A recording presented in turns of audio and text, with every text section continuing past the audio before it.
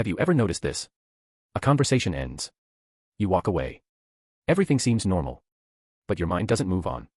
It keeps replaying what was said. What wasn't said. What could have been said. The conversation is over. But somehow, it's still happening inside you. So why do some minds struggle to let conversations end? Here's the psychology behind it. And no, it's not because you're dramatic. It's not because you're weak. And it's not because you're stuck in the past. It's because of how certain minds process meaning. Let's break it down. Point 1. Some minds process emotionally after the moment. Not everyone feels and thinks at the same time. Some people react quickly. Others absorb first and process later. During the conversation, their attention is outward. Listening. Understanding. Reading the room. Psychology calls this delayed emotional processing. The brain says, I'll deal with this once it's over. So when the conversation ends, that's when the mind finally turns inward. And the replay begins. Not because something went wrong, but because the processing just started. Point 2. Conversations don't feel finished without emotional closure.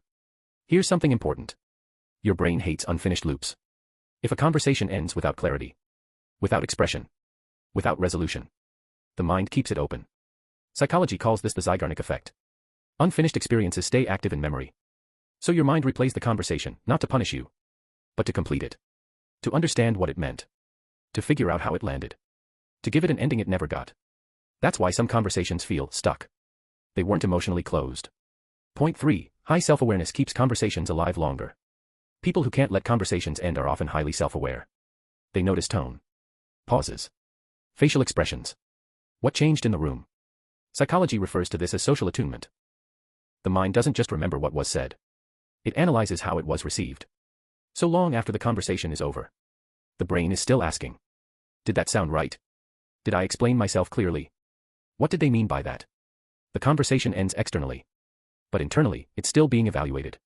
Point 4. Letting go feels like losing control. For some minds, replaying conversations creates a sense of control. If you keep thinking about it, you feel prepared. Prepared for next time. Prepared for what could happen again. Prepared to not make the same mistake twice. Psychology links this to predictive thinking. The brain trying to protect you from future discomfort. The mind believes, if I keep replaying this, I'll be safer next time. So it holds on. Even when there's nothing left to change. Point 5. Silence after a conversation fuels the loop. After a conversation ends, there's often no feedback. No confirmation. No correction. No reassurance. That silence creates uncertainty. And psychology tells us the mind struggles with ambiguity.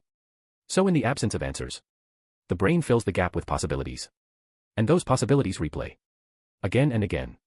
Now here's the part most people get wrong. People who can't let conversations end are often misunderstood. They're seen as overthinkers. Too sensitive. Stuck in their head. But in reality, many of them are thoughtful. Emotionally aware. Deep processors in a fast, reactive world. If this is you, remember this. You're not broken. Your mind just needs time to finish what it starts. And if you know someone who replays conversations long after they end, they're not stuck in the past. They're trying to understand the present.